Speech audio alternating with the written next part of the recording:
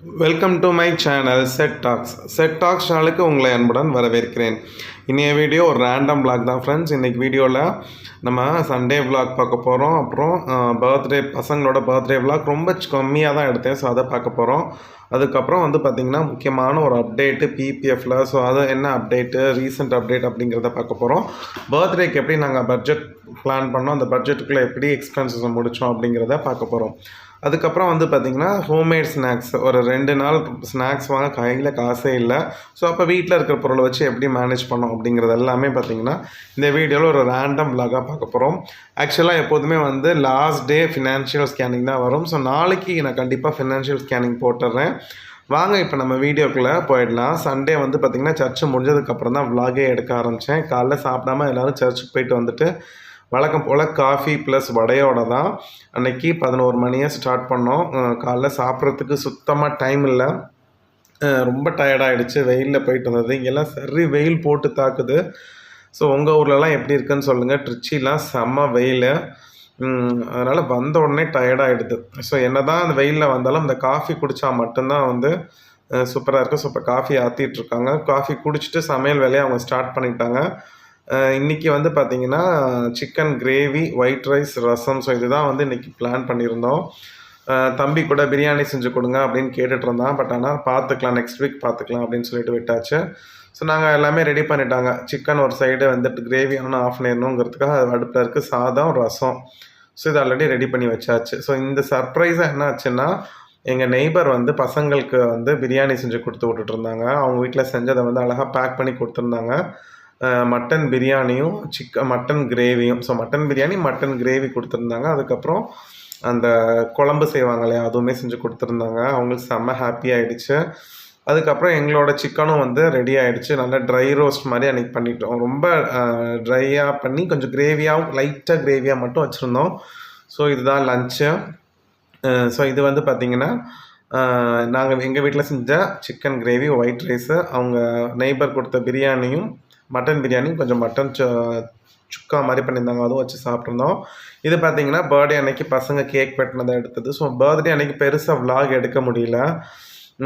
So அதனால தான் அன்றைக்கி செம்ம டைமே இல்லை ஃப்ரெண்ட்ஸ். ரொம்ப டைட்டாச்சு ஒர்க்கிங் டே அப்படிங்கிறதுனால.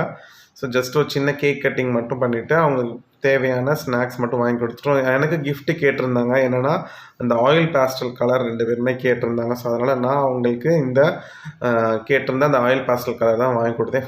ஒன்று 40 ருபீஸ். அதுக்கப்புறம் பார்த்திங்கன்னா அவங்க பக்கத்து வீட்டு ஃப்ரெண்ட்ஸு, அவங்க ஸ்கூல் ஃப்ரெண்ட்ஸ் எல்லாம் பார்த்திங்கன்னா சின்ன சின்ன கிஃப்ட் பண்ணியிருந்தாங்க. ஸோ அதுதான் மோஸ்ட்லி பசங்களுக்கு இந்த கலர் பென்சில், க்ரையான்ஸு, இதே தான் அந்த டயக்ராம் போட்டு அதை கலர் பண்ணுறதா அவங்க ஆசைப்பட்றாங்க. ஸோ அதனால் பார்த்திங்கன்னா நிறைய கலர் பென்சில்ஸ் அவங்களுக்கு கிஃப்டாக வந்துருந்துச்சு. கிட்டத்தட்ட 4 box colour pencil, 3 box colour pencil plus ஒன்று பார்த்திங்கன்னா பிளாஸ்டிக் க்ரையான்ஸ்னு போட்டுருந்துச்சு. நான் வேறு வாங்கி கொடுத்துட்டேன். ஸோ அதனால் அவங்களுக்கு ஒரே குஷி தான்.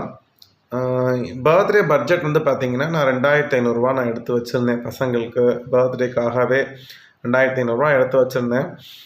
ஸோ அவங்களுக்கான ட்ரெஸ்ஸு ஆன்லைனில் ஆர்டர் பண்ணோம். நீங்கள் அதை ஆல்ரெடி பார்த்துருப்பீங்க. 1079 ரூபா 2 பேரோட ட்ரெஸ்ஸும் சேர்த்து 1079 ரூபா அமேசானில் தான் ஆர்டர் பண்ணி வாங்கினோம். பாப்பாவுக்கு பார்த்திங்கன்னா ஒரு கவுன், க்ரீன் கலர் கவுனு. தம்பிக்கு பார்த்திங்கன்னா ஒரு 5 செட் ஆஃப் டிஷர்ட்ஸ். ஸோ 2 சேர்த்து 1079 ரூபா. அப்புறம் பசங்க 2 பேருக்குமே ஷூஸும் செப்பலும் வாங்கினோம். ஸோ 2 பேருக்கும் சேர்த்து 460 ரூபா வந்துச்சு. அதுக்கப்புறம் பர்த்டே கேக்கு, நீங்கள் அந்த இதில் பார்த்துருக்க அந்த birthday cake 1 kilo 340 rupees normal vanilla cake, normal pineapple cake தான். ஸோ அது 340 ருபீஸ். அப்புறம் நான் வாங்கி கொடுத்த கிஃப்ட்டு 40 ரூபா, 80 ரூபா. ஸோ அன்றைக்கி டின்னர் வெளியில் வாங்கித்தாங்க. பரோட்டா, வீச்சு, முட்டை பரோட்டா இந்த மாதிரி வாங்கித்தாங்க அப்படின்னு சொல்லியிருந்தாங்க. ஸோ அதுதான் அன்றைக்கி டின்னர் வாங்கினோம். அவங்களுக்கு ஒரே குஷி.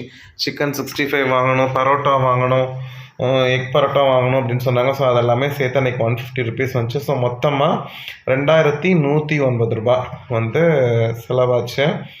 இப்படி தான் நம்ம எந்த விஷயம், நீங்கள் சின்ன விஷயம் செஞ்சாலும் ஒரு பட்ஜெட் போட்டுக்கோங்க. அந்த செலவு கணக்கு எழுதி வைங்க.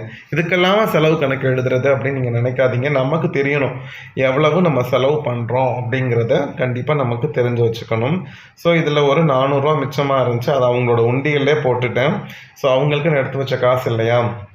ஸோ 301 ரூபா, கிட்டத்தட்ட 391 ரூபா இருந்துச்சு.